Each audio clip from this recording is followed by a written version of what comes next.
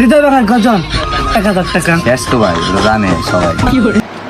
আমি একটা ছবি আপলোড দিছি ভাই, জাস্ট ফটো। আর ফটোতে যদি এই অবস্থা হয় তাহলে আর কেমনি কি? Value of time, value of person, value of personality. Bilal অনেকের আব্বা কন্টেন্ট ক্রিয়েশন জগতে। উমর নামের একটা ছেলে কন্টেন্ট ক্রিয়েটর। আসো অমুক প্লেসে, আসো অমুক প্ল্যাটফর্মে, আসো ইউটিউবে, আসো। এই যে তোমার আব্বু দেখাইতেছে, দেখো মনিটাইজেশন ছাড়া তোমার আব্বু কি দেখাইতেছে, দেখো মনিটাইজেশন ছাড়া তোমার আব্বা দেখাইতেছে $4,203, 5,04,000 টাকা মনিটাইজেশন ছাড়া। ইনকাম করে আসো, রেকর্ড করো।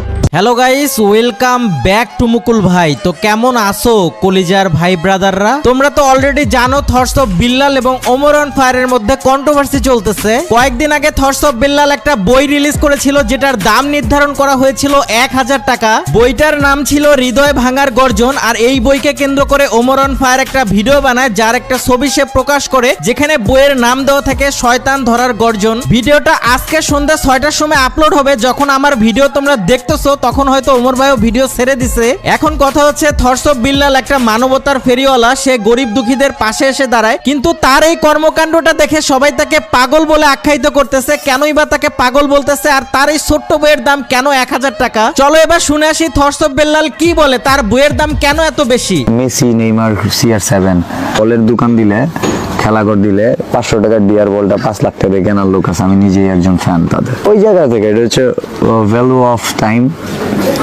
Value of person, value of personality. তাহলে থটস অফ বিল্লাল এটাই বুঝাতে চাচ্ছে কোন সেলিব্রিটি, মেসি, নেইমার এরকম সেলিব্রিটির কোন জিনিসের দাম এত বেশি হয় কারণ তারা সেলিব্রিটি। তাদের জিনিসের দাম নির্ধারণ করা হয় value for person or value for personality. Okay, তাদের ব্যক্তিত্ব অনুযায়ী তাদের জিনিসের দাম এত বেশি হয়ে থাকে। তাহলে তুমি যে বইটা লিখেছো, তোমার বইয়ের দাম 1000 টাকা হয়ে গেছে এই কারণে। তাহলে কাজী নজরুল ইসলাম, রবীন্দ্রনাথ ঠাকুর তারা কি করলো? তাদের বইয়ের দাম কেন 100-200 টাকাতে পাওয়া যায়? তাদের বই কেন 2000, 5000, 10,000 টাকায় বিক্রি হয় না? বিল্লাল কিন্তু খারাপ ছিল না, ও ভালোই ছিল। ও ইদানিং পাগলামি করতেছে। ওর কি মাথার সমস্যা হয়েছে কিনা আমি জানি না। একটা কনসুপের দাম কত? 400 টাকা দিয়ে কনসুপ পাওয়া যায় না? 150 টাকা দিয়েও পাওয়া যায়, 150 টাকা দিয়েও পাওয়া যায়।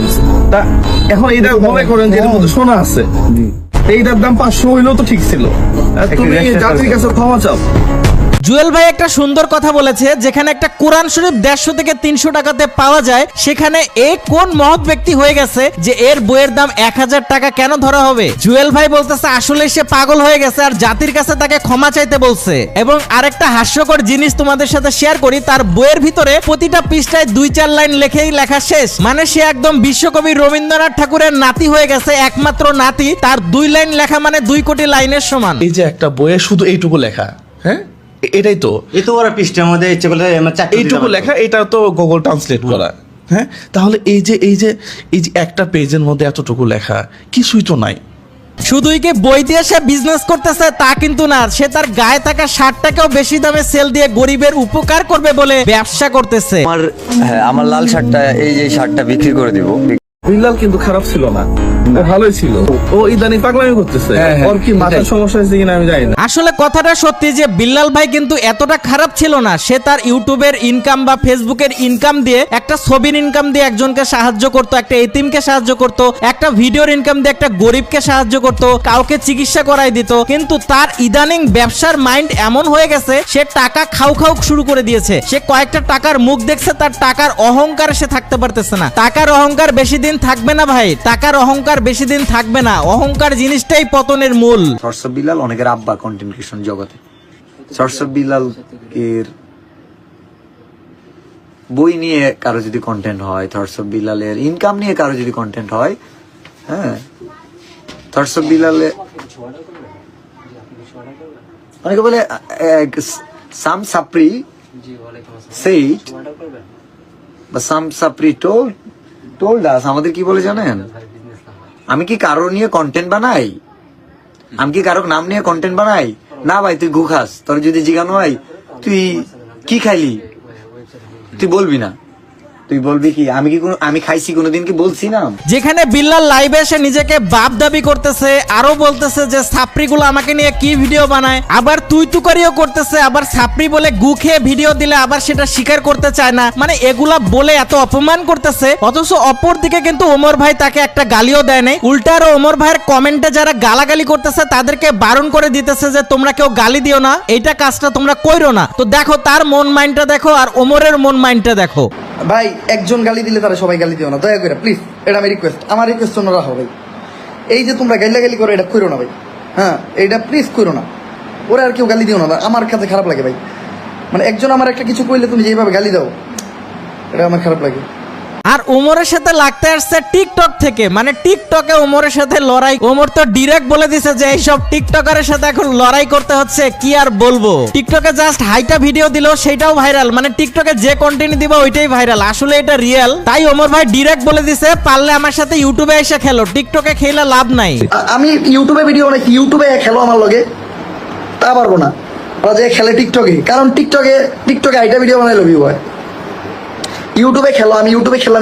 ওমর ভাই কিন্তু গায়ে পড়ে কারোর সাথে ঝগড়া করতে যায় না। কারো যদি ভুল ত্রুটি থাকে, সমাজে যেসব অসঙ্গতি কিংবা সমাজের যেসব অনৈতিক কাজ বা যেসব দুর্নীতি, এগুলা নিয়ে কিন্তু হাস্যরসাত্মক ভাবে ভিডিও বানায়। ওমর ভাই কিন্তু কখনোই চায় না যে তার ভিডিওর মাধ্যমে সেই কন্টেন্ট ক্রিয়েটরকে কেউ গিয়ে হেড দেখ। ওমর ভাই চায় সে তার ভুলগুলো শুধরে আনেক। আর কিছু কন্টেন্ট ক্রিয়েটর তো টাকার মোহে পড়ে যায়, মানে ইউটিউবে ফেসবুকে হালকা কিছু ইনকাম হইলে মানে এই ইনকাম দেখে তাল পায় না যে সে একদম গোষ্ঠী উদ্ধার করে ফেলেছে। সে এত টাকার অহংকার বেড়ে যায় তার, এইসব অহংকার কিন্তু একসময় পতনের মূল কারণ হয়ে দাঁড়ায়।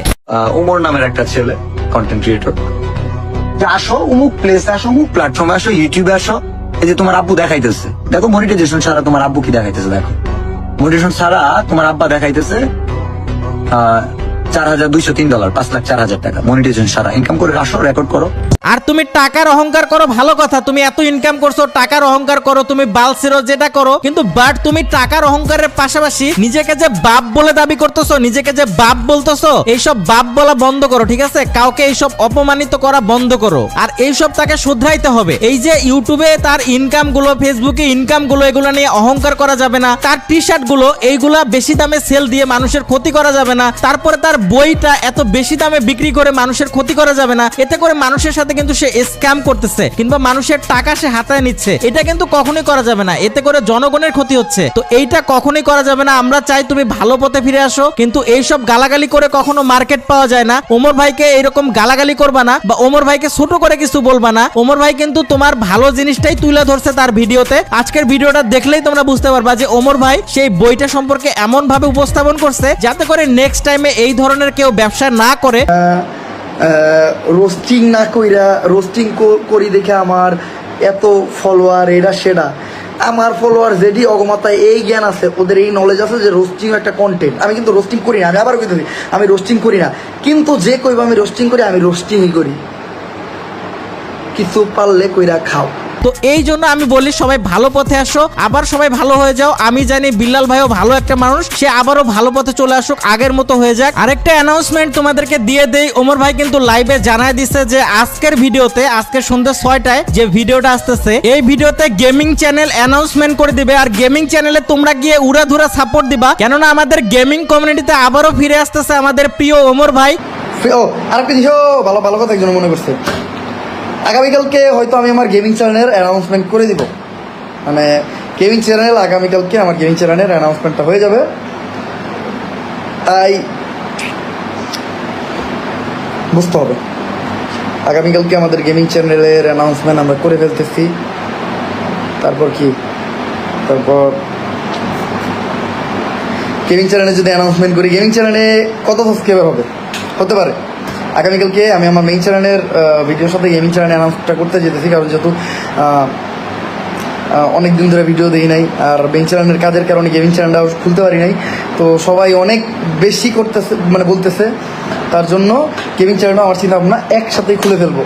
তাই আর দেরি না করে তাড়াতাড়ি যাও ওমর ভাইয়ের ভিডিওটা দেখো, আর তার চ্যানেলে, তার গেমিং চ্যানেলে সাবস্ক্রাইবটা করে দিবা। সো আমার চ্যানেলেও সাবস্ক্রাইব করতে আবার ভুলা যায় না, আর ভিডিওটাতে লাইক করে দিও, শেয়ার করে দিও, সবাইকে দেখার সুযোগ করে দিও, আর মূল্যবান মতামত অবশ্যই কমেন্টে জানাই দিও। দেখা হবে নেক্সট কোনো ভিডিওতে, সে পর্যন্ত সবাই ভালো থাকো, সুস্থ থাকো, আল্লাহ হাফেজ guys, tata and bye by.